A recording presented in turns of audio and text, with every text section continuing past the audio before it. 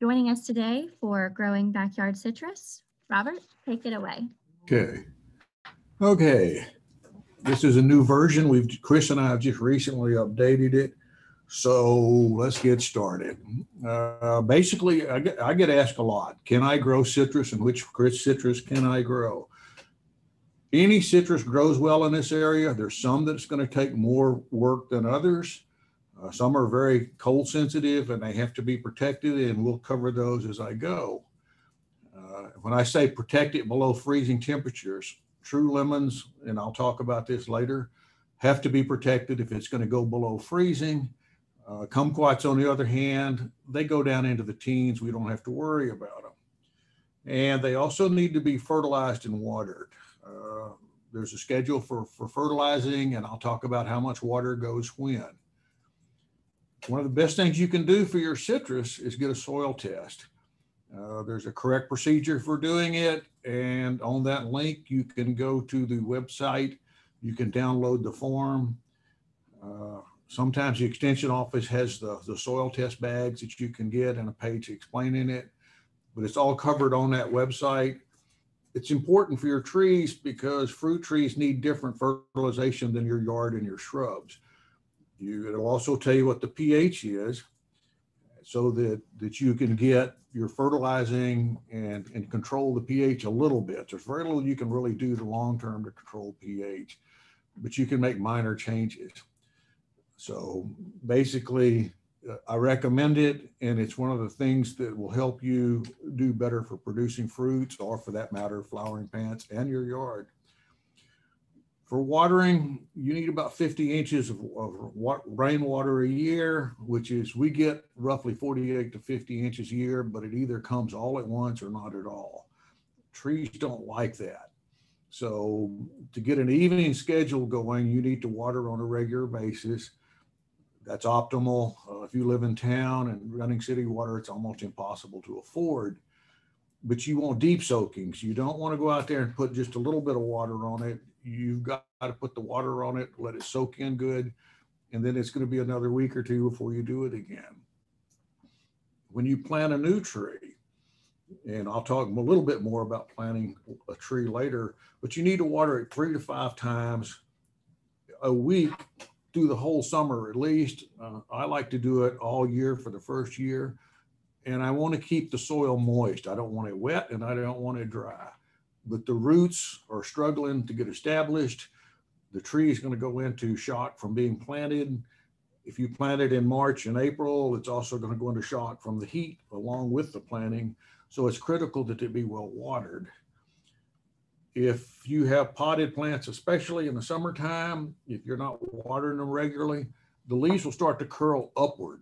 And when you see that, you've waited too long to water. I don't see it as much on the citrus in my yard as on the stuff I planted in the ground compared to what I see in a pot. If you live in an apartment, you can still grow citrus. 15 to 25 gallon containers work great for growing most all citrus. Oranges and grapefruit like to grow upright and tall, so it would require a lot of pruning, but it can be done. All of the mandarins are lower and bushier. Kumquats are another one. The limes, lemons, those are all do well in pots. So just because you live in an apartment, you can still have citrus. Here's your watering requirements broken down roughly in time periods. So December and February, there's very little activity going on the trees. Citrus, as a rule, does not ever go completely dormant. So it does have some growth and it does need water, but 1 to 2 inches a month. And that is the whole area around the drip line is the 1 to 2 inches, not just 1 or 2 inches of water in a 5 gallon bucket or something. March through May, you need it per week, and it's going to be setting fruit. And there's a few critical watering periods for fruit trees. When it's starting to set fruit, as it's older and mature, it's going to need that liquid to grow to full size and become nice and juicy. In July and August, June, July, and August, you're going to need a little more water, and we don't get a lot of rain during that period. And it's really a critical time for fertilizing or watering your trees. So if you can, water June through August every week.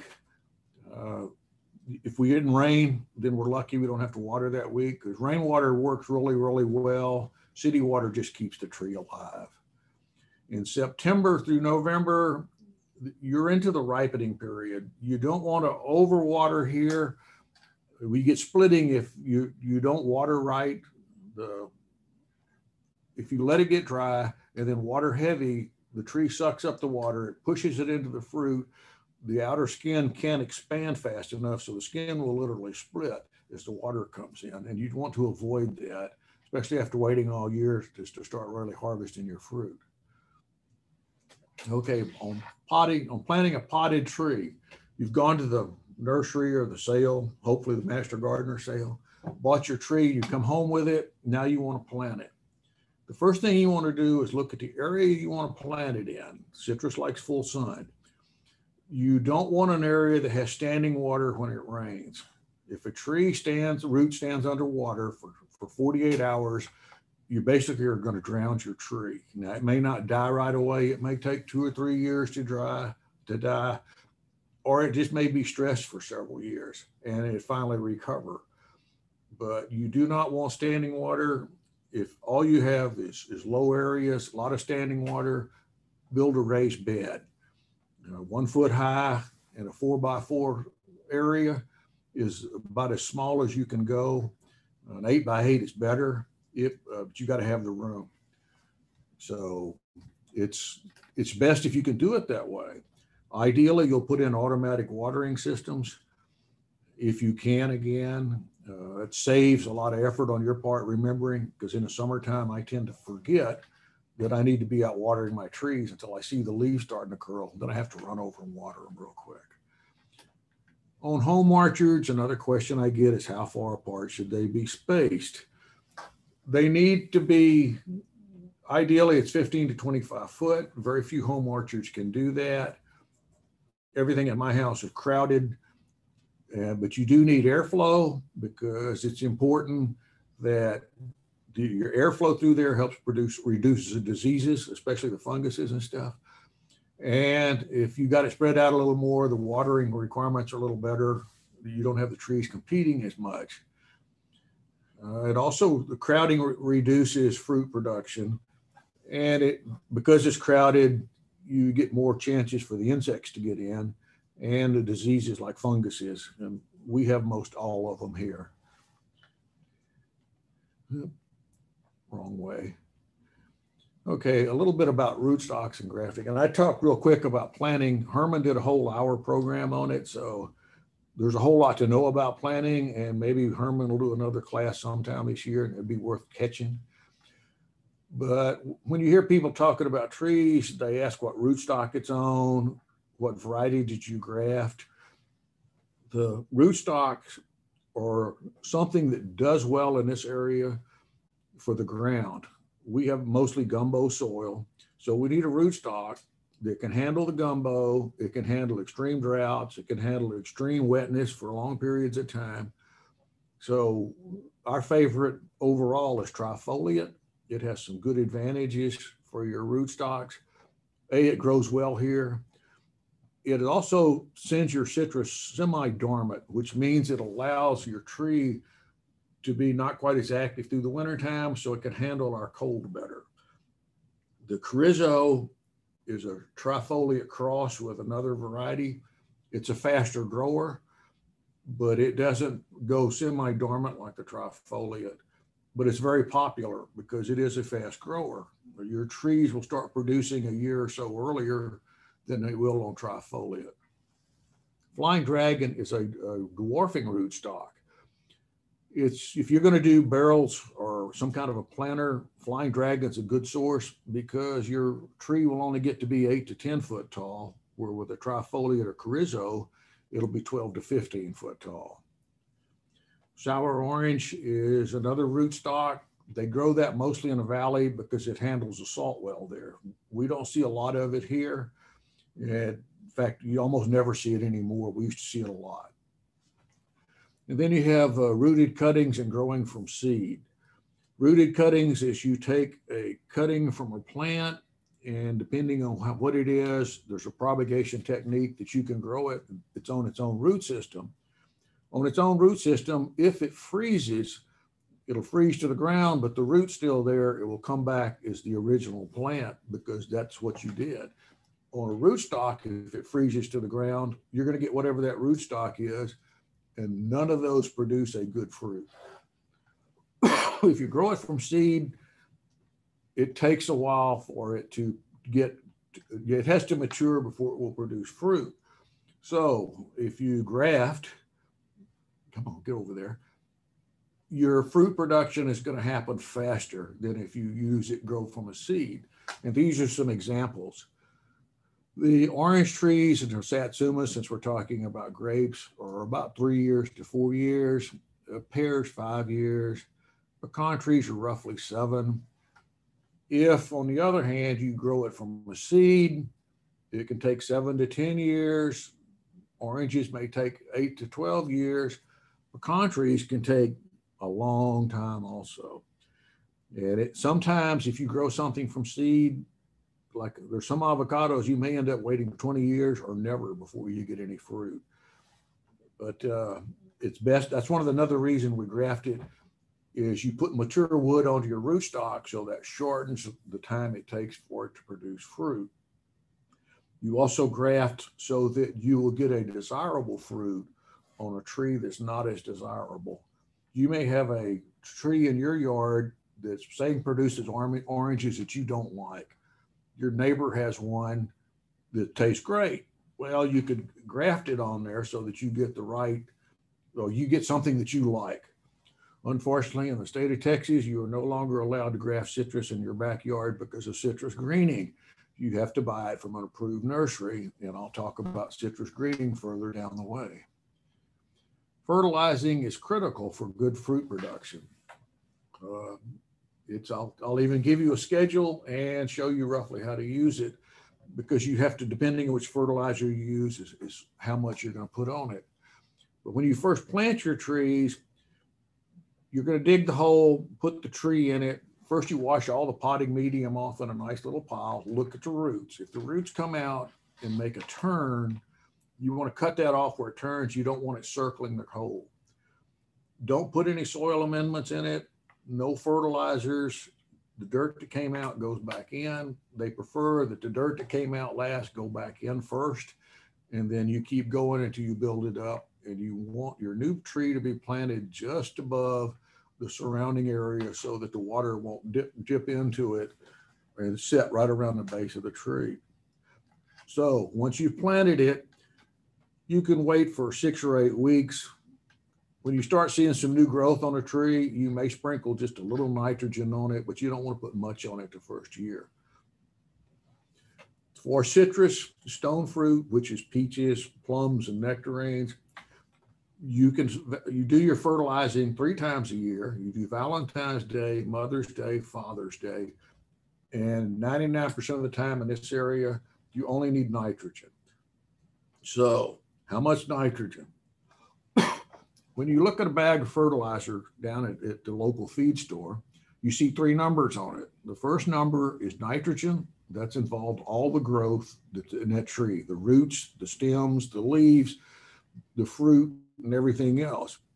The next number is phosphorus, and that has to do with flowering and blooming and producing fruit. The third number is potassium, and that's for the health of the tree. We in this area have quite a bit of phosphorus and potassium in the ground already, so basically all you need is nitrogen. The recommended for our area is 2100, which is the 3rd column over. By weight is 21% nitrogen in that bag. The rest of it is sulfur and other fillers to make up the weight. So if your tree is 1 year old, you need 11 ounces of 2100 for that tree for the first year, and that's divided between the 3 feedings. And 2100, if you get an 8-ounce coffee cup, that holds 8 ounces of fertilizer. So to get the amount of fertilizer that you need, you can use that for a reference, or you could actually weigh it out, divide it up. Texas A&M recommends that you put 2/3 of your fertilizer on in February as it's starting to bloom, which is around Valentine's Day normally. Then you split the remaining third between the other two feedings. 4600, you'd use 5 ounces instead. And you could go through and figure it out roughly. What the 2100, and I'll use that for an example, that's telling you 21% of the weight is nitrogen. 4600 is 46%. So to get a pound of nitrogen for the 2100, you need just over 4 pounds of fertilizer. And whatever your variety is, you would look at that number and calculate how many pounds of it you need to get to the level of fertilizer that you want. This chart's easy to use. This is Monty's chart. He's the guru from Texas A&M that I call if I have citrus questions, and he may take a day or two to answer me back, but eventually I'll get an answer from him. But Valentine's, Mother's Day, Father's Day, that's when you want to fertilize. And then we talk about cold tolerance a little bit. The Mexican lime, which you also know is a key lime, those are extremely cold tolerant. So is a true lemon. A true lemon is like the ones you see in the store, the Eureka, the Lisbon. It's also the Uchukitsu, and there's another one that's a true lemon. You want to protect those if it's going to get below 32 degrees. I recommend planting them in pots, 15 to 25 gallon size. You can drag them in the house if it's going to get cold weather. You can drag them out the rest of the year.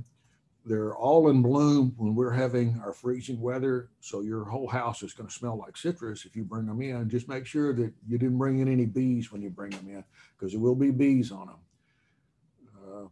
The Myers lemon, on the other hand, you'll see it way down at the bottom. That's a hybrid, and it will stand temperatures down to 25 degrees. The grapefruit, the pomelos, the tangelos, and the oranges are all 28 and below. They're okay. The mandarin satsumas go from 25 to 22 degrees. When I say that temperature, I'm not talking about, at my house, when it gets to 28 degrees, it normally does it at 7 o'clock in the morning, and it's there for 5 minutes. It has to be a long-term cold at or below that level, and 6 to 8 hours of that temperature is a threat.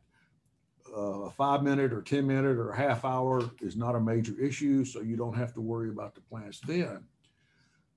I tend to put big lights under my trees that are critical.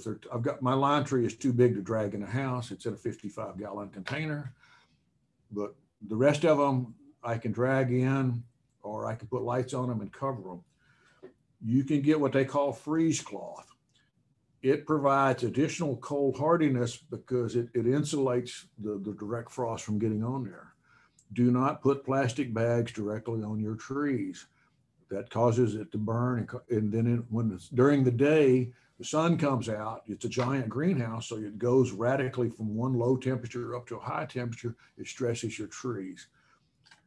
I encourage people to take off any covers they put over their trees for extreme cold as soon as they can, so that the sunlight gets in there. It hits the ground, it warms it up, and it helps keep your tree warm because it'll slowly release it as the temperatures get cold. And if you have questions at any point, stop me, and so we can talk about the slide then. We have a question. We did have a question. How high should a raised bed be? Okay, the question is, how high should a raised bed be? Minimum height is 1 foot. It makes it convenient, and then as large as you want to make it.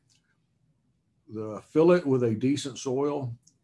You can either put down weed barrier, which I have an issue with. Old newspaper works great. My issue with weed barrier is you suddenly want to dig a hole there. When you hit that weed barrier, it's almost impossible to punch through, which gives the same issue to the roots. Old newspaper will keep the weeds that were down there from growing through. It'll rot eventually, and the roots will penetrate through it readily. So I recommend old newspaper or cardboard. They both work great. And hopefully that answers the question. So if you do go deeper, because you could go 3 foot if you wanted to. You don't have to fill those bottom layers with high dollar soil. You could use old chunks of concrete, bottles, rocks, anything for a filler. Be careful putting compost or say leaf clippings and things in there, because you're going to compress it. It can't get the oxygen to break down like it needs. So you'd have to keep it all aerated and turned. But inert things like bottles and cans, they're not an issue. But a foot is all you really need. And let's see, cold tolerance. Yeah, kumquats can get down into the teens. And most citrus can handle the 24 to 26 degree temperatures. This is just a slide of some of the assorted fruits that are available. It's by no means all of them. I think there's got to be close to 100 varieties of just mandarin family by itself. The satsumas, the cuties you see in the store, the tangerines, tangelos, those are all mandarins. So there's a lot of choices. And I want to point something out here on this slide. Way down here at the bottom, second row, sort of center, it says Bear's lime. That is the green lime that you see in the store all the time. This particular fruit is actually ripe. It's milder than what you're used to, but it still has a very good lime taste to it. Most people think when it's green that's it, but it hasn't actually gotten ripe. And I know that because my lime, occasionally I miss one and it turns ripe before I pick it. You'll like the flavor of it if you like limes, and it's something different. But I thought I'd just point that a little bit out. And now we're going to talk a little bit about some of the citruses. This is a Buddha's hand. It's used for candy and in fruit cakes. That's when you buy the stuff in the store that says citron on it. This is what it comes from. You use them in potpourris. You can scratch it, and it's got a very strong citrus flavor. Eating it like you do normal citrus is not so much. It's mostly pith and flavor. It's extremely cold sensitive. So at 32 degrees, this one has to be protected. If you're going to plant something like this, a true lemon, a lime, or a Buddha's hand, either on the south or the southeast side of the house is the most protected areas you can get. So that's where you're going to want to consider it. You also want full sun on all citrus. It's one of the few times when they tell you it takes full sun in Texas that the citrus will. Peaches and plums will. But most of the time when they tell you full sun, that's from when the sun comes up in the morning till about midday. After that, it needs some shade. Pomelos, this one is a chandler. It's kind of think of a grapefruit with no acid. It's got a very thick rind on it, and they're huge. They can get up to 10, 11, 12 pounds. The tree gets fairly tall. It looks like a grapefruit on the outside, but when you cut it open, there's no acid at all in them. The Sarowick Pomelo and the Oro Blanco are both excellent fruits. They're sweet. It's like eating a grapefruit that you don't put any sugar on. Some of the others, they're not my favorites, but some people like them. It's the forerunner of the grapefruit. Just about everything we eat in the citrus world is a cross from something else. And this one was what originally turned into grapefruit. In the fruit tree world, we have what's called sports. And a sport is a guy's walking through the big orchard and he notices a fruit that is different than the others. We'll use a grapefruit. The old original grapefruits were either white or a pale pink. And down in the valley, they were walking through and they noticed one that had a red blush on the outside. So they picked it when it got ripe and they ate it. It was sweet, it was a deep red, and it became the ruby red grapefruit. If they like that one, they go back, they start collecting budwood, they graft more trees, they continue on, make sure it's true to form, and then they'll put it out as a new variety. If you discover a new variety, you get to name it. So, but that's basically how a lot of this comes about. Oh, and it keeps well. It hangs on a tree for at least 3 months and it's still edible. And this is a grapefruit. They're another tree that's large. Like I said earlier, they tend to grow in tight. The limbs tend to point up more, and they'll get 25 or 30 foot tall. The large fruits can weigh up to 2 pounds. Most of them, the ones in my backyard, are mostly softball and baseball size. The older they get, the better they handle the cold. I recommend that you keep them pruned so that you can stand on the ground to pick your fruit. So you want to cut the tops out occasionally. Starting somewhere around May, may want to prune the top as the tree gets up to 6 or 8 foot so that it doesn't get up real tall. I waited too long on one of my grapefruits and I had to get up on a ladder to cut part of the top off. Well, that set back fruit production for 2 years while it rebuilt everything to get back to where it was. So you really don't want to cut a big chunk of your tree off if you want fruit production every year. And most citrus produces a good crop every year. If it puts on a really heavy crop, you're going to get a light crop next year because you've used up a whole lot of the resources. Grapefruit will hang on a tree for months. It normally gets ripe late November, early December, and you can pick and eat grapefruit up till March, April, or May. You really want to get it off the tree by February because it's going to start blooming and setting next year's crop. So you want it taking care of your new crop, not the old one. And it stores well in a refrigerator.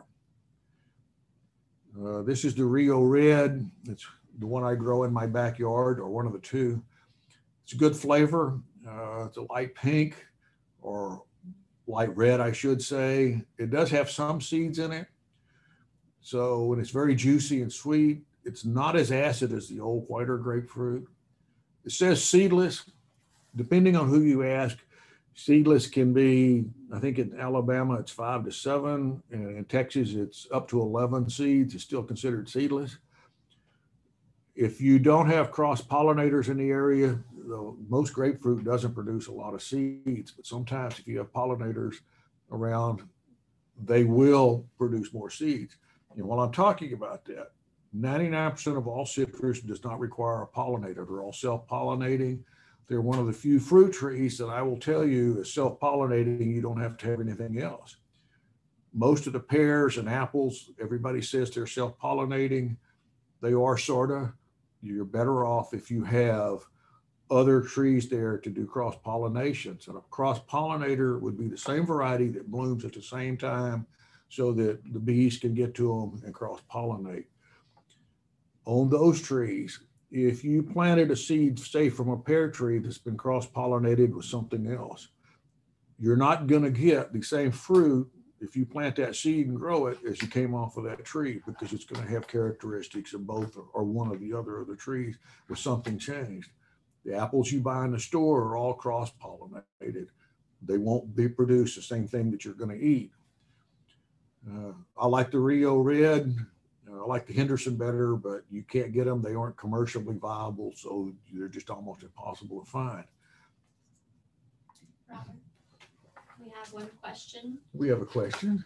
The blood orange. Someone has a blood orange and a satsuma. They only produce every other year. The lemons and grapefruit every year, no issue.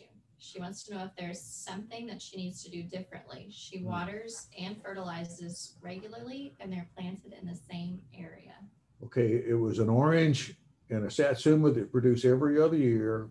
Her grapefruit and another one all produce every year. She fertilizes and waters regularly. She wants to know if there's something she can do to make that fruit produce every year. And the answer is that depends. A Miho satsuma only produces a heavy crop about every 3rd year and a light crop for a couple of years. The orange trees, I'm not sure about that one. I would tend to say that there's something about that particular variety of tree that's doing it, is not the tree itself, because she's doing everything else right. And she probably doesn't know what the orange tree is. Do you know what the orange tree is?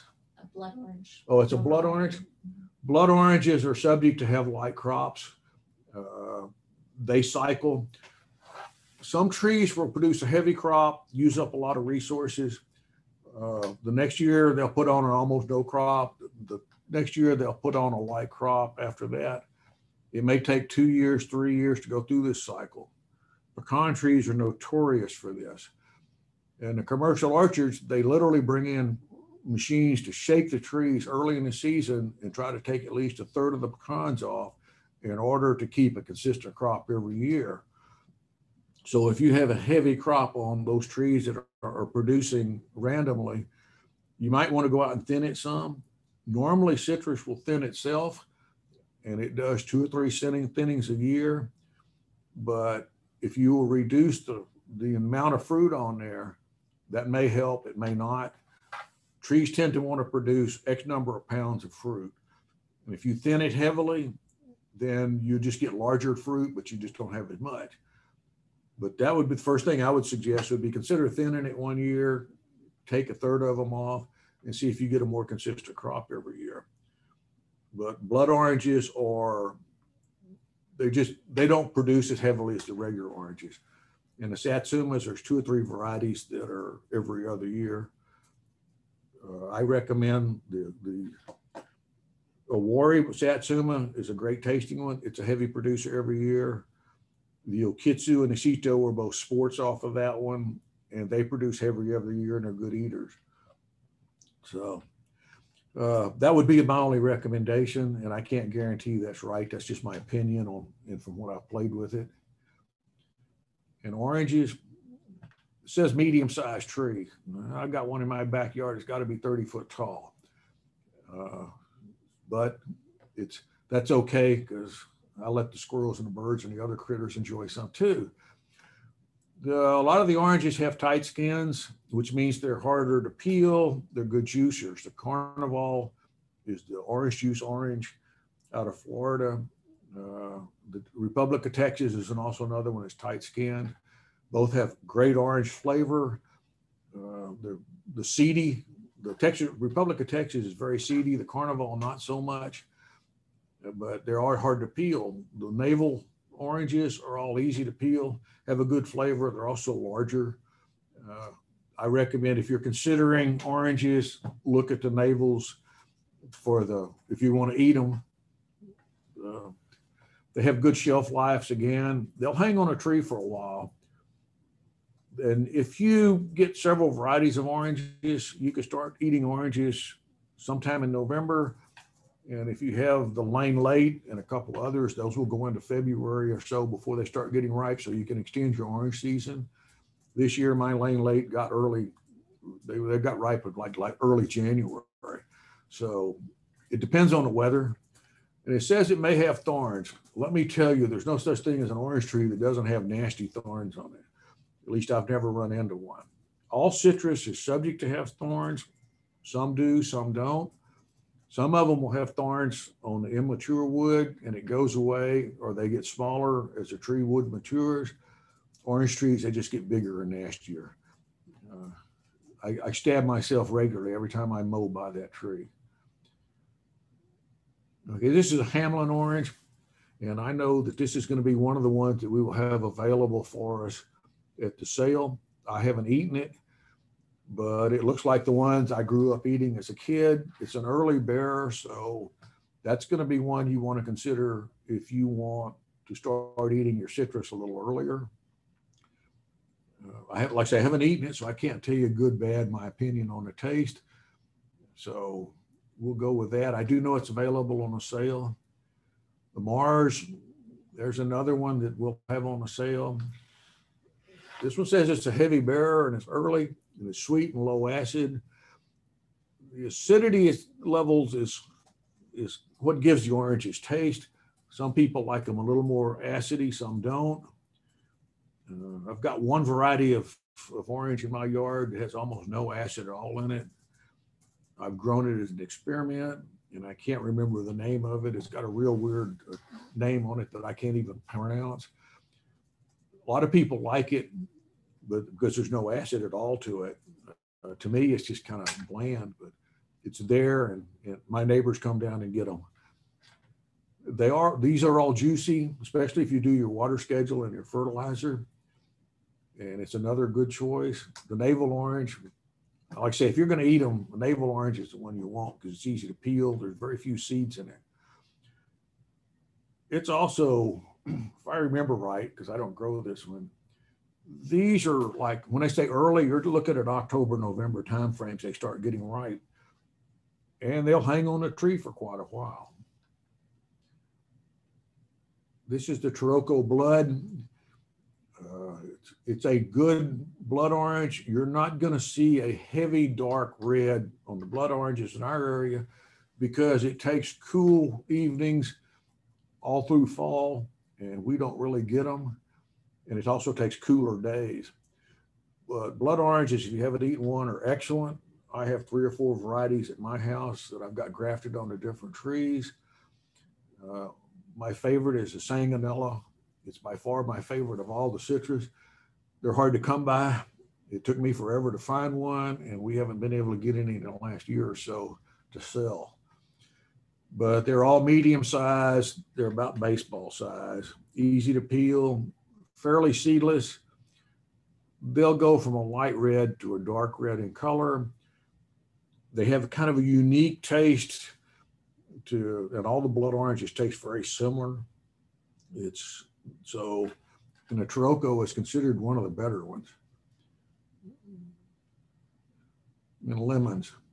This is a Eureka lemon right there, and that's my hand holding that one, and it's in the front yard in a pot, and it's only 3 years old. A true lemon is not very cold tolerant. The true lemon and the lime both produce a few lemons at a time. This is a lemon that's ready to be picked. There's flowers on there. There are small lemons so that you get a continuous crop of these all year round. Same with the lime. It sets fruit. 5 or 6, 7 weeks later, it will flower, set more fruit. And then 4, 5, or 6 weeks later, it'll set some more flowers and some more fruit. They vary in size, but this is the lemon. It's an excellent choice for a lemon. And like I said, it produces several crops, but it is cold sensitive. If it's going to get below 32 degrees, I have to drag this beast to the house. I also have to keep it pruned because they like to grow fairly large, and they're just you got to be able to get it into at least into the garage or someplace out of the weather. The improved Myers lemon. This one is way more cold tolerant, has an excellent lemon taste. As it gets later in the year, first it gets ripe in mid-November. By January, the skin is going from yellow to a kind of an orange color, and it's getting a little thinner, and it goes from more of a orange taste than a lemon taste as it gets later in the season. It still has a lemony acid taste, but it gets milder. This is orange lemon cross, and everybody has one of these knows that they get all the lemons they can use, but it only sets 1 crop a year. I've heard that you can do 2 crops, but I have never experienced it. So I guess under ideal conditions that would happen, but this is one of the most popular lemon trees, or actually one of the most popular citrus of all in our area. And it does get very cold tolerant. Mine took 22 degrees for several days and didn't even burn a leaf, but it is protected because it's right up against the house. But I think overall, it's good down to almost 22 degrees. This year, we're going to have 2 varieties at our sale. We're going to have a dwarf Myers lemon, and then we're going to have a Myers lemon that's from root cuttings. And remember, I said on root cuttings, if something happens to your tree and it freezes back to the ground, as long as the root survives, it will reproduce, and it will be back to that size tree before it froze within a couple of years because it's got a root system down there that will support it. The dwarf Myers lemon is going to be on a flying dragon rootstock, and that means you can put it on a smaller pot, and it's not going to get as big, which also means that your neighbors won't be closing their blinds and locking their doors when they see you bringing more Myers lemons over. So this is the Bear's lime or Persian lime. I like this lime better than the others. It's the one you buy in the store, but I think mine tastes better. They're very juicy. They make an excellent key lime pie. I can't tell the difference between these and the key limes, except I only have to squeeze 4 or 5 of these instead of 20 or 30 of the key limes. They are very juicy. I don't ever have any problem finding somebody to take them because I have a big tree. If you allow it to ripen, like I said earlier, it'll develop a milder, I'm going to say less acidy flavor. It does extremely well in a container. So if you want to grow a lime, consider the Persian lime. Oh, it's thornless, large fruit, lemon size. Yes, it does get a large fruit occasionally. Mine go from golf ball size to about just a little above that. And they're very juicy because you don't have to pick them on a tree until they're ripe and ready to go, or they've gotten a little softer and nice and juicy. Thin rind, yeah. And it's usually seedless. I almost never see a seed in my lime trees. The mandarins, I talked about that earlier. It's a huge family of citrus. All of the cuties, tangerines, satsumas, they're all in that family. They tend to be fairly small, loose skins, easy to peel, and very sweet. There are a few that are tartar, and we're going to offer one this year that is used in cooking, or I guess you can make a marmalade if you wanted a sour marmalade, but it's a sour one, and I haven't tried that one yet. They're way more cold hardy than the lemons, the true lemons, and the oranges, even, and the limes, or the grapefruit for that matter. And this is a picture of a satsuma. You notice it's kind of flat on the bottom and oblong around. Depending on which one you get, there are some of the mandarins, like the kitchu, which starts getting ripe late September, early October. The awari, which is this one, and this is the reference for all the taste on all the other satsumas. Everything is either as good as, almost as good as, or not as good as an awari. Most of them are either as good as or not as good as, because it is a very flavorful one. Easy to peel. They don't start getting ripe until late October, mid-November. They don't hang on a tree as well as the other fruits. For the satsumas, the skin will go green, then it's going to start turning yellow. And as it starts to develop a little orange, it's time to start tasting them. Because depending on the weather and how things went this year, they may get ripe a week earlier or a week or two later. You want to catch them at their peak ripeness. After that point, and it happens quick, normally after they've ripened by, in most cases, by mid-January, they start to get mealy and dry, so they're not good to eat anymore. And like I said, where an orange tree would hang on the tree for 3 or 4 months, or grapefruit even longer, these a couple of months after peak ripeness, and they're going to start getting a little more dry and mealy. And this is the one that's very high acid. It's a new one for me. I don't have one yet, but I'm considering adding it to the collection simply because that way I know what it is and does. And basically, it's sort of high acid like a lemon. They use it for cooking, and this is out of Asia mostly.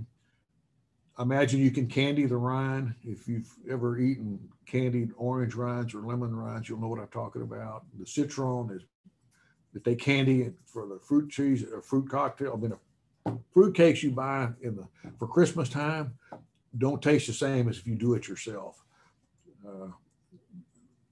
Yeah, you don't eat this one out of hand. And this one is another one that looked highly interesting when I was reading up on it. It's considered to be extremely sweet. It's very popular in Japan. They're very expensive in Japan. They're hard to come by. The tree doesn't produce enough for them, the price to come down there. And I noticed it when I was reading about them. That's where they talked about them the most. And the Japanese know about citrus. They're big on the satsumas. So if they really like this one, it has to be good. And they say it's large. It's got the sheep nose on it, which is the part right up here on the top. You'll see that on some of the miniolas and things also. And all my information on this came out of the University of California, Riverside, which is my sources for citrus is Texas A&M, University of California, Riverside, and University of Florida. That's where I go if I want to look something up. University of Riverside has an excellent choice, or they've got a web page that for when you go to the fruit trees and look at the citrus, it's got one for all the citruses. It tells you a lot about them. So it's a good source to look for when you want something. Pruning. I get questions on when do I prune it and how do I prune it? We do have quite a few. Okay. So let me go back. We have a lot of questions. Okay, so when should lemon trees be pruned? Be pruned? Mm-hmm. Okay, all citrus is pretty much pruned the same. You prune it for dead leaves, cross leaves, suckers, and if it's slapping you in the face when you're walking down the sidewalk. My Myers lemon is planted so that when it gets fruit on it, you have to duck under it to get to the front door. And I get yelled at because it's not pruned off like it should be. If you're going to go out and do heavy pruning on your citrus, which is really not required, you're going to do that after May. That's only mostly for height because as a rule, you don't prune citrus. Again, dead branches, diseased branches that smacks you in the face. Or if you want to shape it to keep it low, then that's when you're going to do it. And what's the next question? It's, I believe it is referring to suckers. Two very large shoots, about 6 foot long, have developed. Should I prune those back? Okay, they're talking about suckers. And do I have, here we go. Off to this left picture is called a water sprout. You'll notice it's in tight to the trunk and it's low. In this particular case, that's a trifoliate. Look at the leaf. You see those 3 leaves? That's the rootstock. You do not want that. That will suck nutrients away from the desirable tree. So you're going to want to cut it off as close to the trunk as you can. If that same sucker was up higher up, because of that very narrow upright path, it won't support the fruit well. So it's going to rip off and leave a long scar down the trunk of your tree. So again, you want to cut it off. Trim your suckers or underneath the tree. Keep it 18 to 24 inches above the ground because that gets a good air circulation in. And you want air circulation because when it rains, you splash up dirt and funguses and stuff on your trees. And once it gets into the fruit, it just goes right up through the tree. And this is basically, that's a rootstock sucker that, and once you get it, you're going to have a problem with it forever. So you'll have to keep crawling under there and trim it. But you want to get your tree up so it's easy to see under. And while we're at it, and I'll talk about mulch in a minute or two, do not put mulch right up against the trunk of your tree. That can cause root rot, trunk rot. It gives the boring insects opportunities to get up close to your trees. Keep it at least 6 inches to a foot back. Okay, the person responded. They said the shoots that are 6 foot long are not actually suckers. They are 2 new large branches that are coming off of the main trunk. The tree itself is, let me go back to the original. Okay, if it's a sucker that's close to the trunk of the tree, where it's tight in less than 60 degrees angle between the trunk and the tree, you want to cut it off. And that's what I'm trying to show here in this photo on the left. See, it's growing up straight up. It's real close to the trunk of the tree. Further up, you see branches that are coming out at almost 45-degree angles. That's what you want to see. Now, you're going to get new growth further up above the rootstock. You want those to grow because new growth is going to produce new fruit. You do need sunlight to get into your tree. Sunlight hitting the branches, it produces flowering buds, and that's your fruit. So on that one that's 6 foot tall, depending on where it is, how close to the tree trunk it is, you may want to cut it off, you may not. But it's also getting so tall that you may want to cut the top anyway, just because it's reached a point, it's as high as you can reach it standing on the ground. So is there another question? There are. We have lots of questions. Yeah. So one is, I love the Texas orange. It has a thin skin and is so juicy and sweet, but I can't find it anywhere in the Pearland area. Does that mean that that type of orange does not grow well in Texas? Okay, is that the Republic of Texas orange? She just said Texas orange. Okay, I'm assuming you're talking Republic of Texas. You're not going to find it at the popular nurseries. They get them in Master Gardener sales. I don't think we're getting any this year. Some years we can get some we can't. It's a great tasting orange. It's very sweet and juicy. It's tight skinned. I prefer to use it for a juicer simply because it's got so many seeds and it's so hard to peel. Excellent flavor though. And yeah, it's called the Republic of Texas.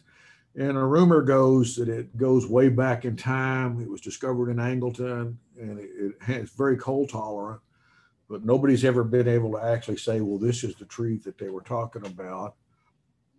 And it is a good orange.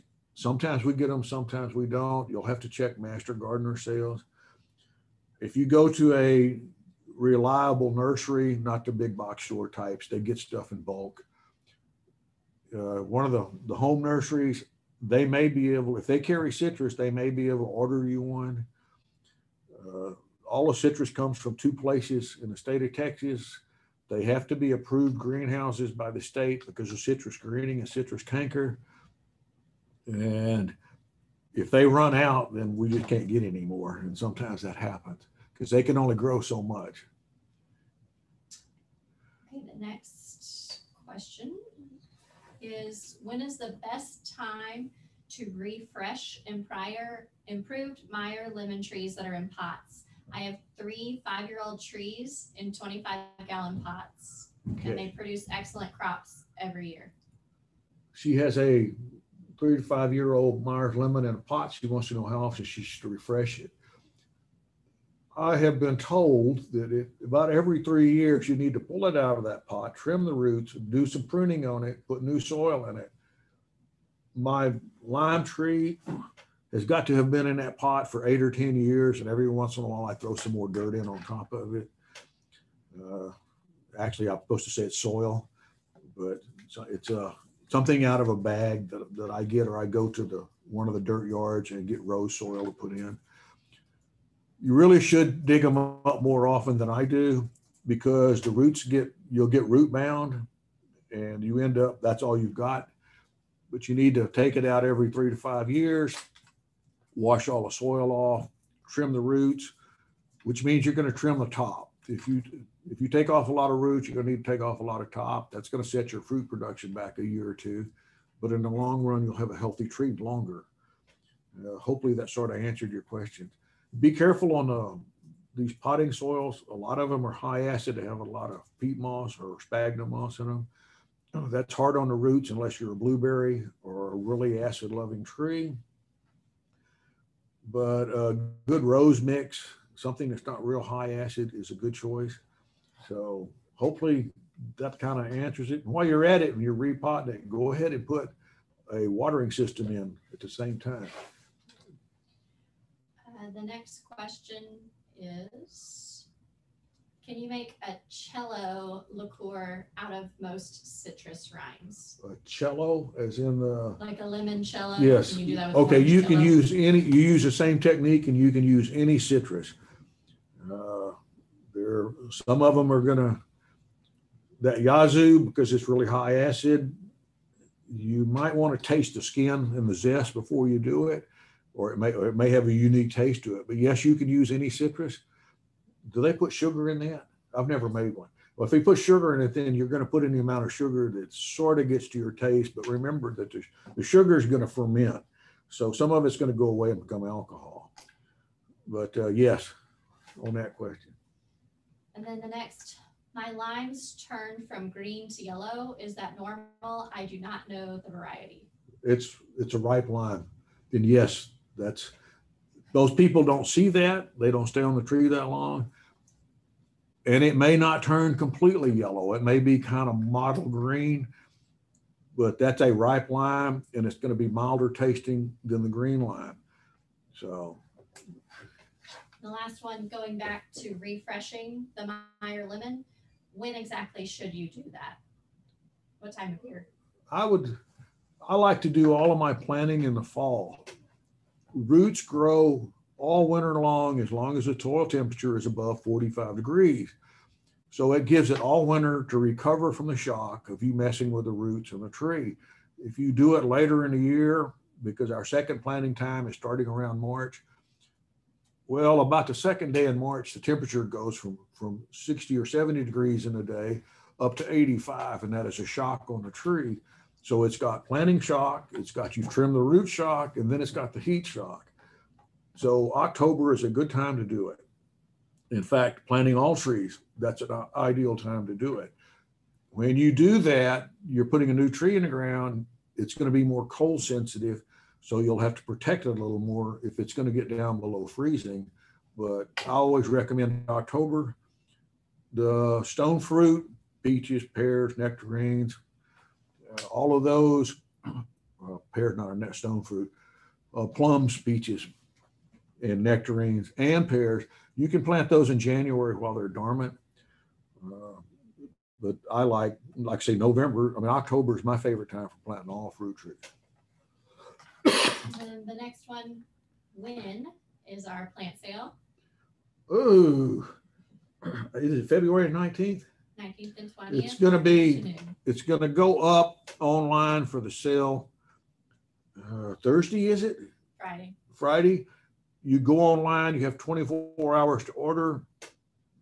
And what's going to happen is once we know, we'll have the trees here. They're going to sort them into piles according to your order, so that when you drive up, you'll be assigned a time to be here and a number on your order, and keep both of those, especially that number, because when we get the trees in, we're going to sort them into piles, and one pile is going to have your number on it. So when you drive up, we can go find that number and load it into your tree, so you don't have to stay very long. It's going to be, if you've been to any of our other sales that we've done recently, that's what it's going to be like. But then it's going to be what, the 19th is the actual pickup day. No. Online sale starts at noon on Friday, February 19th. Okay. And runs until noon on Saturday, February the 20th. Are you saying that online? I am. I'm not sure if everybody can hear though. And then on February 26th, the following Friday, that's when pickup is. Yeah. I just know it's on my calendar at home to tell me what day I have to be here. I did put the link to the store and the information in the chat box, but I will also be sending everyone our flyer when I do the follow-up email for our sales. So you'll get that. And the Master Gardener webpage is going to have the catalog as soon as we know everything we're going to get, right? On February 12th, our online store will be open for browsing, and everybody can look at everything we've got to offer for purchase, but you can't actually purchase until February 19th. So that's it. Okay. Well, let's see what else I have on here. Oh, should I mulch my citrus? That's another one. Everybody talks about mulching. You don't want to get the mulch right up against the base of the tree. You only need 2 or 3 inches. What you do not want to do is the volcano that you see driving around the neighborhood where they've raked all the pine needles and stuff right up against the base of the tree. That encourages funguses and all the boring insects to live in comfort while they attack your tree. You keep it away from the base of the tree. Last time I looked, A&M told me a foot out for citrus. 2 to 3 inches is more than enough. It does help control grass. It makes weeding around it easier. And I like to keep the mulch and the ring around my trees out to the edge of the drip line, or 2 or 3 foot, for ease of mowing, and it keeps the string weed eaters away from the trunk of your tree, because they will nick your tree if you're not careful. It also helps keep the moisture in. and it keeps the fruit off the ground. And fruit setting on the ground is subject to pick up funguses. And once that one gets it, it will slowly move up through your whole tree. Oh, here we go. Containers, we've talked about them a little bit. They're portable. You can move them around. If it turns out that that spot is not as sunny as it should be, you can drag it over where you need it. If it's going to get cold and you have a very cold sensitive citrus, you can drag it into the garage or into the house. If you want your whole house to smell great, drag a lemon tree in January when it's in full bloom. They smell incredible, and oranges are just as good. But again, make sure all the bees are off before you drag it in, because they get upset when you move their source of food. You have to water at least every day in warmer weather in containers. Once a month, you need to really flush it. Fertilizers are salts. You do get salt buildup if you fertilize it heavily and don't flush it. Once you've flushed it, you're going to want to put a balanced fertilizer in your container, because nitrogen will be washed through the soil. Phosphorus and potassium don't penetrate quite as quick. For plants that are in pots, a balanced fertilizer, something like 8-8-8 or 10-10-10 or 13-13-13, you have to kind of figure out how much you need by the directions on the label. Trace elements would also be good. The trace elements are things like sulfur, iron, zinc, copper, manganese. The leaves tell you if it's a nice green leaf, it's happy and healthy. If it's a green vein, yellow leaf, it needs iron, and that could be due to pH. Citrus, all fruit trees like a 6.5 pH. Citrus does too. The closer to the perfect pH the soil is, the more readily the fruit trees can pull in the nutrients. So it's good to keep a slightly acidic soil. You can use sphagnum moss. The pine bark, pine needles, and coffee don't do a whole lot for acidifying the soil. So, but sulfur that's in the fertilizer will help.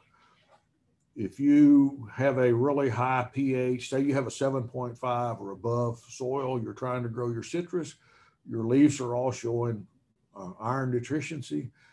That's chlorosis. It can't pull the nutrients out. So 1 pound of granulated sulfur per 10 square foot will drop the soil pH half a point. And that's, so if you had say a 7.5, you put a pound on it, you'd end up with a 7. The sulfur has to be broken down by bacteria to convert it to the acid.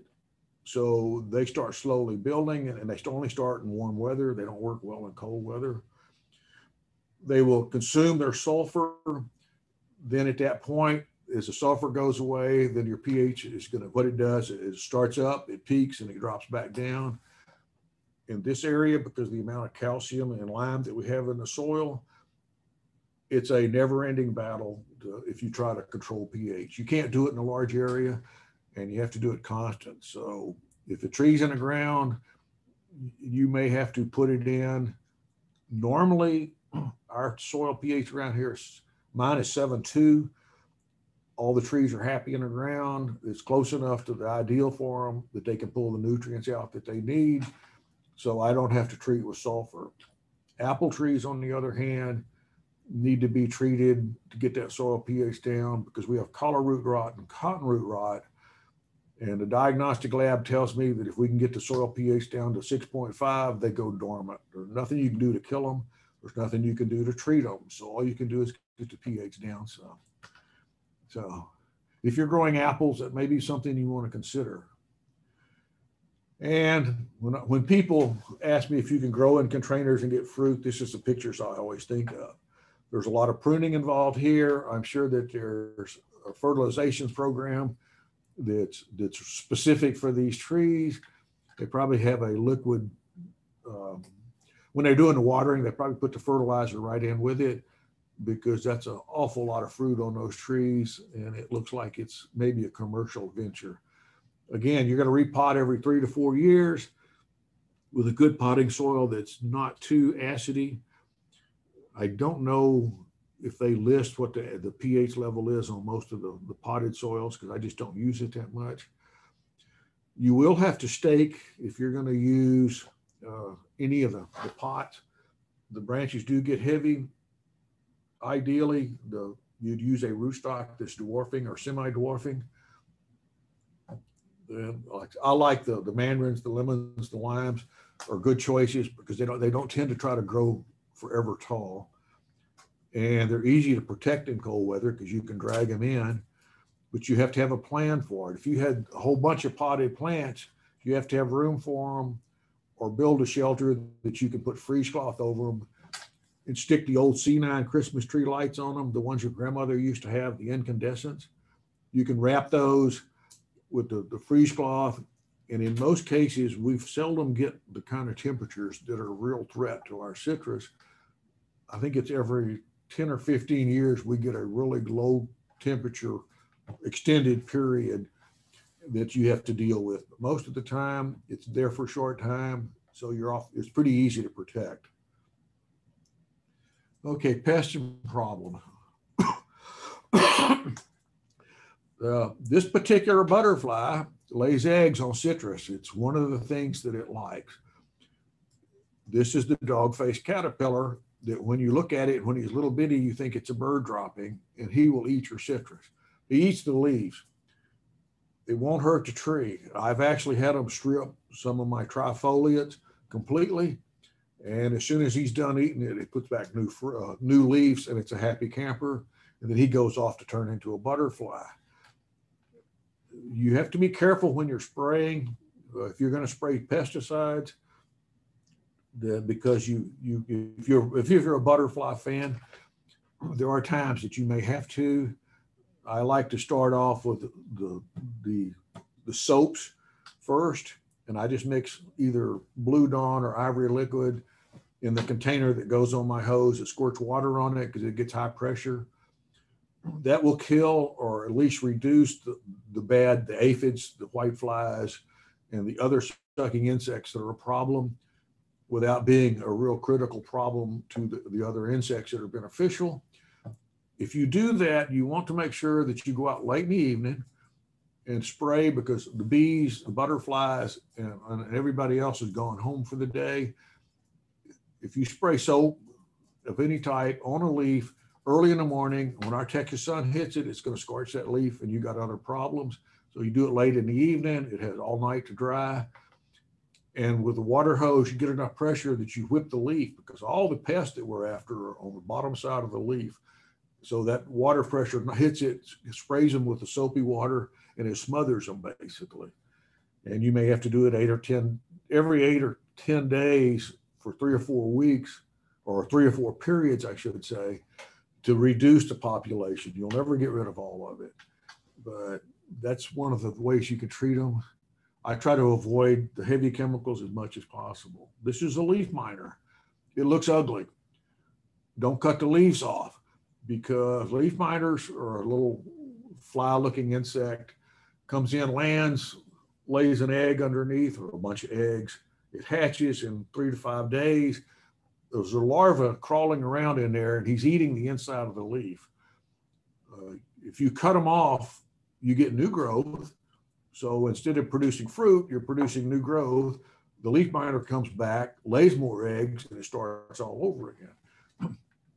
You can treat it with spinosad and neem. Spinosad is an organic product. You have to read the directions and follow them. When you start spraying, you're responsible for what that spray does. So if you go out and you spray if you spray something nasty up in the air 50 foot into the top of your tree, and it drifts down the street and makes your neighbor sick, you're responsible. So you want to do all your spraying, again, late in the evening, after the wind has died, and use big droplets if you can, so that it doesn't drift very far. It's really important that you contain it. You also need to make sure you know what you're spraying for. You wouldn't spray a fungicide like Captan to get rid of leaf miners, because it only deals with funguses. Spinosad, they tell me, will soak into the leaf. I've never done it. I just ignore the leaf miners mostly. Then you do neem after. Neem is an organic. One of the universities on the East Coast did an experiment where they poured neem into water, and it's called a drench, and it's a systemic. It gets into the tree. They mixed it up. They poured it into the root of the tree. It gets into the tree. The leaf miner larva eats it. It doesn't kill the leaf miner larva, but keeps them from maturing, and it reduces their appetite. So you're going to reduce the population. Well, you say, now I got neem in my tree. Neem is an organic. They squeeze limbs off the neem tree, get the oils out. They say you can't overdose with it, but stick with the recommended amounts, and you can use it fairly often. You won't see any change in the leaf miner population today, but if you can reduce the number of larvae that reach a maturity, you won't have as many the next time. Now, like I said, it only attacks new growth. Citrus has 3 sprouts a year where it puts out new growth. You get a spring, the summer's the big one, and then there's a fall one later in the year. So you're going to get leaf miners on all of them. So if you keep treating it with then you're going to reduce them, but you're not ever going to stop it. So like I say, I just ignore it unless it's a small tree that's just covered in leaf miners because it's all new growth, and it looks like it could affect the health of the tree. Then I may spray with Spinosa or neem, and I'll definitely drench with neem, but I don't know of anything else that will successfully treat this one. And I don't know that there's anything that's actually registered for any of the other pesticides for it. I know that Spinosa and neem you can use, and they're both organic. So the downside is Spinosa you can only use 6 times a year, which means that you may not even get through the whole summer. So, but at least you're trying to reduce the population. Yep, they only appear on new growth. The larva's in the leaf, so spraying malathion on it is not going to do any good. It can't soak through that waxy covering on the leaf. The Spinosa is the organic along with neem. Spinosa is very expensive, but it just depends on whether or not you want your tree to look good. You can drench with a systemic. That would be the neem. The imidacloropropin, and I never say it right, will not kill leaf miners. It's for treating Asian psyllids. And you don't want to cut the branches off. Like I say, if you cut the branch off, the tree is going to spend resources growing new leaves instead of fruit. And as soon as it grows, it's going to have more leaf miners invade it. If you want to spray to treat for them, you have to start spraying as soon as you see the first growth coming out. So have your neem ready. When you first start seeing new leaves come out, you want to start spraying. Rust mites are a real problem in this area. It makes it look ugly. You can see here that it gets in and it's dark, but it's fairly easy to treat if you don't mind spraying neem every week or two for starting in July and go all the way to September, which is their peak period. And it's just on the outer surface. It doesn't affect the quality of the fruit. Now, if you want to sell it, you can't sell it because it looks ugly. But just start spraying with the neem in June, and I think it's every 7 to 10 days. Again, read the labels, follow their directions on how much to use and how often you can spray, and always pay attention to that. There's 3 critical dates on when you're using any kind of a pesticide. You've got how often you can spray, the spray interval. You've got how long after you spray before you can go back into the area. Neem and some of the others, after it's dried, you're good to go. There's others that you can't go in for 24 or 48 hours, and some of the commercial folks use stuff that you can't go in for several days. The final one is interval to harvest. If you're growing strawberries, you're not going to spray it with malathion 3 days before you pick them, because the interval for harvest is weeks.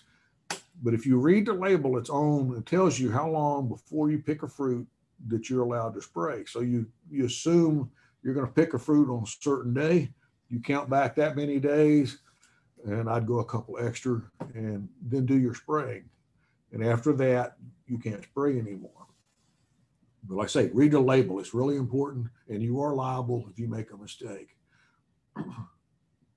Now, here's citrus greening. There's a pronunciation, Long Wong Min. I don't speak Chinese, but that's why they tell me it's said. The Asian psyllid is the vector.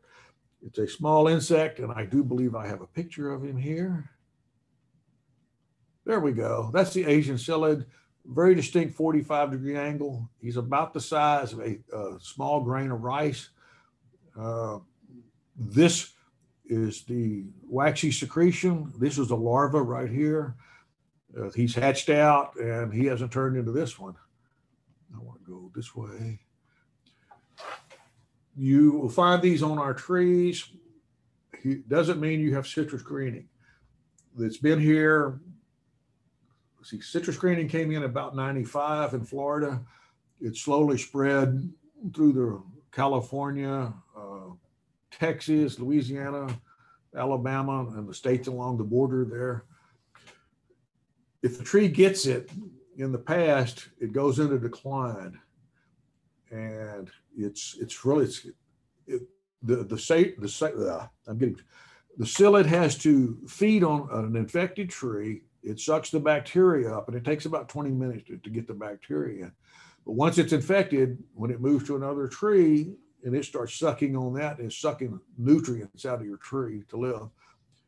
The bacteria can get into that tree. It's a slow moving one within the tree.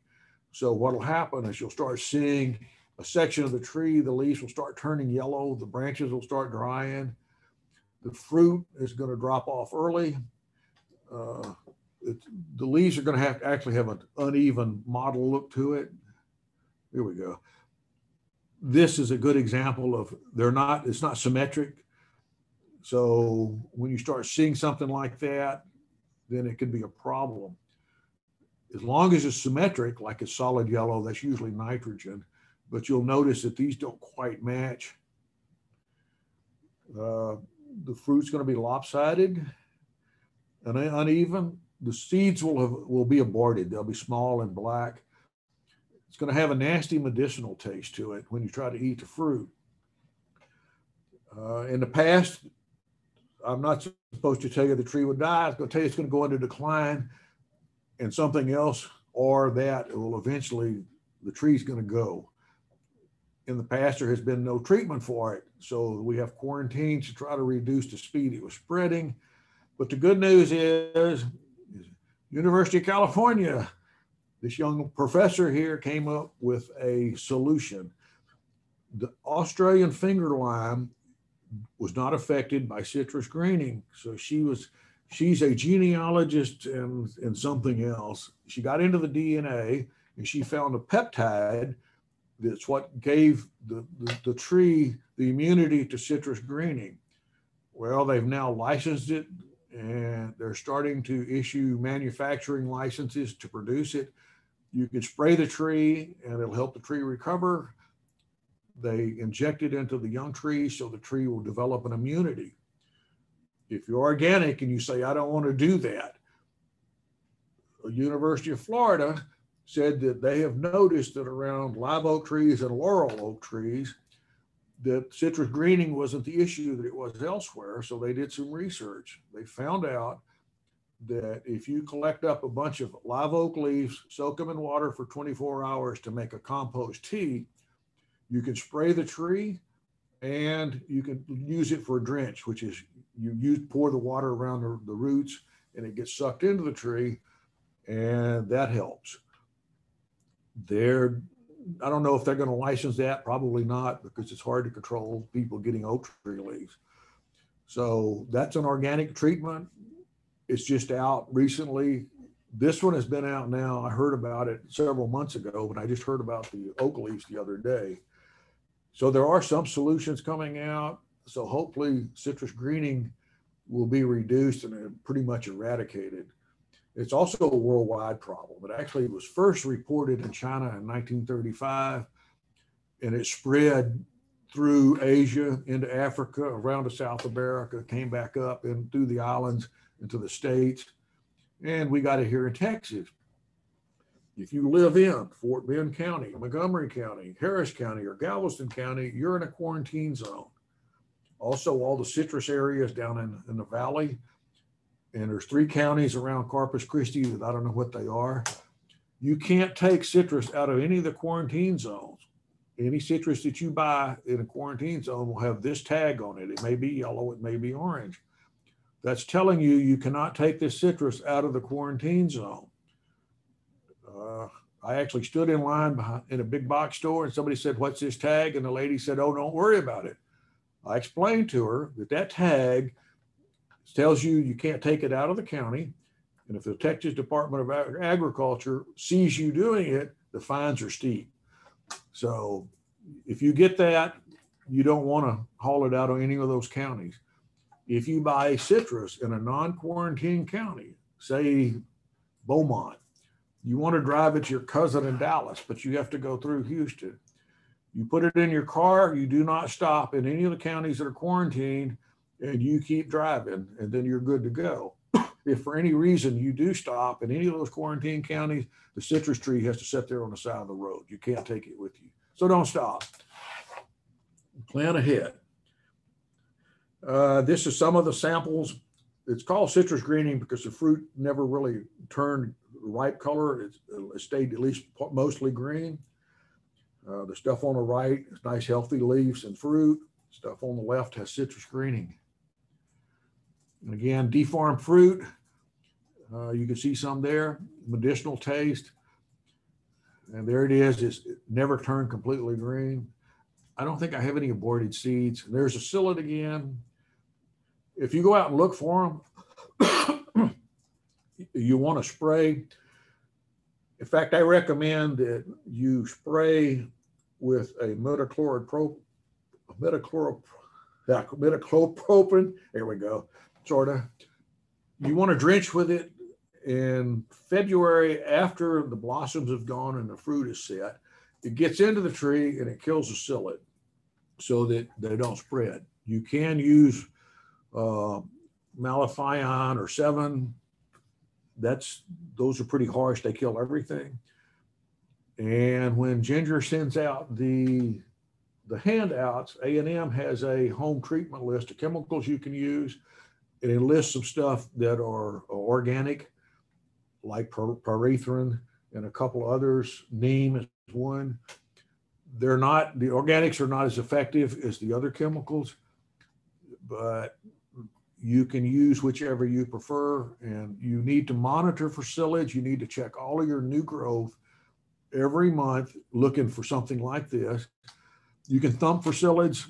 This is just it's a piece of white plastic that I have. That's a piece of PVC pipe.